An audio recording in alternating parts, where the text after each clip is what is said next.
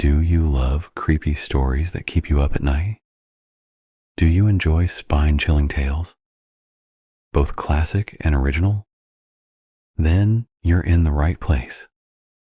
I read terrifying horror stories and write my own, bringing you nightmares in the best way possible. I'm on a mission to hit 50 subscribers, and every single one of you can help make that happen. So, if you love horror, hit subscribe and turn on notifications, because the scariest stories are yet to come, and you won't want to miss them. It was a rainy night, the kind of night where the wind howled through the streets and rain pounded the pavement like hurried footsteps. After a long day at work, exhaustion swallowed me whole, and as soon as I got home, I collapsed onto my bed. Thunder rolled across the sky like an angry beast, but I welcomed it. The sound of the storm was my perfect lullaby. I remember thinking, thank God it's Friday. The storm lasted all night, an unrelenting torrent of rain and wind. But in the middle of the night, something else woke me up. Something that wasn't thunder. A noise, a scraping sound. It came from just above my window. That was odd.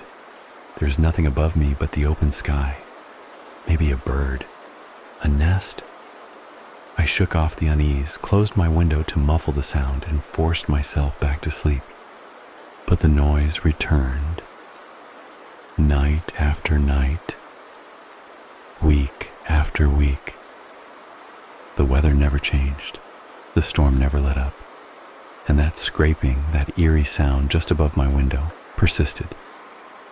Every morning I checked outside. Every morning I found nothing. It had to be a bird, I told myself. It had to be. Then everything changed.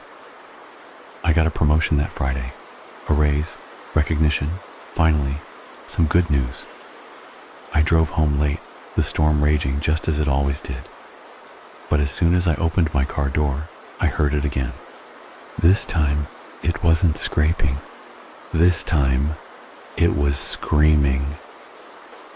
Blood-curdling, raw screams. They came from above my window. I froze. That wasn't a bird. Was someone up there? Junkies?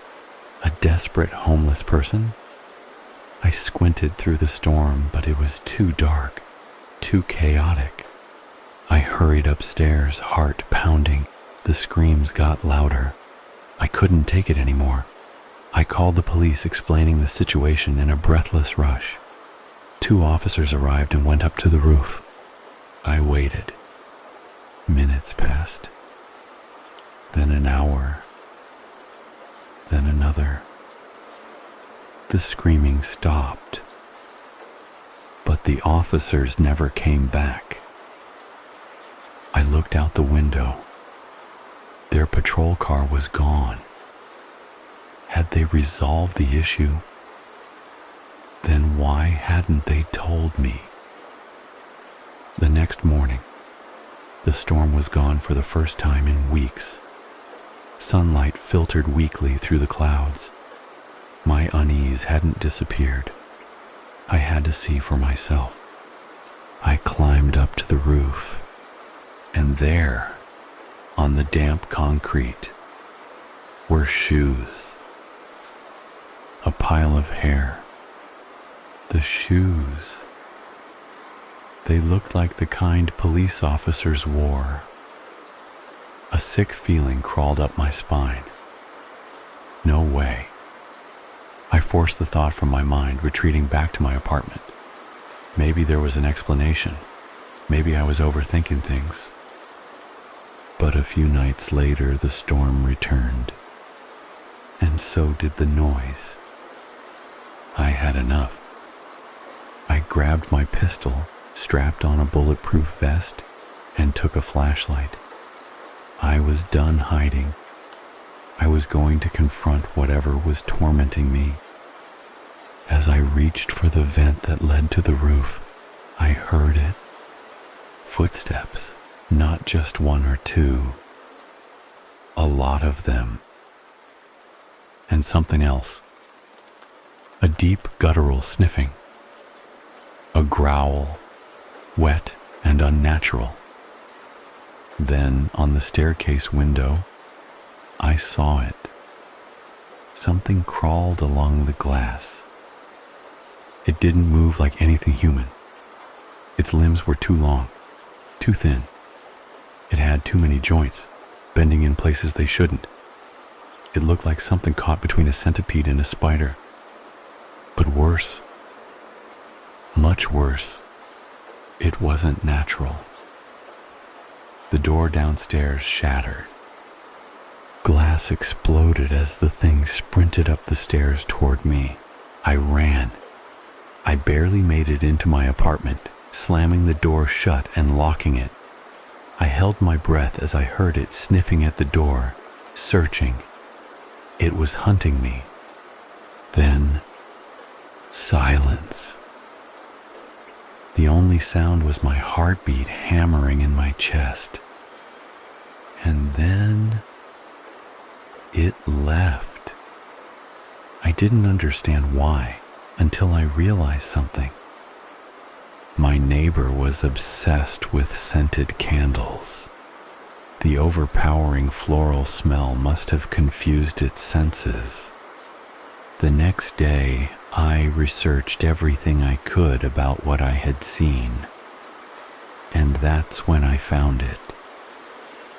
A creature from Japanese mythology, the storm weeper.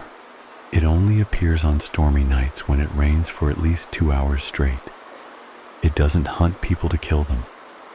No, that would be merciful.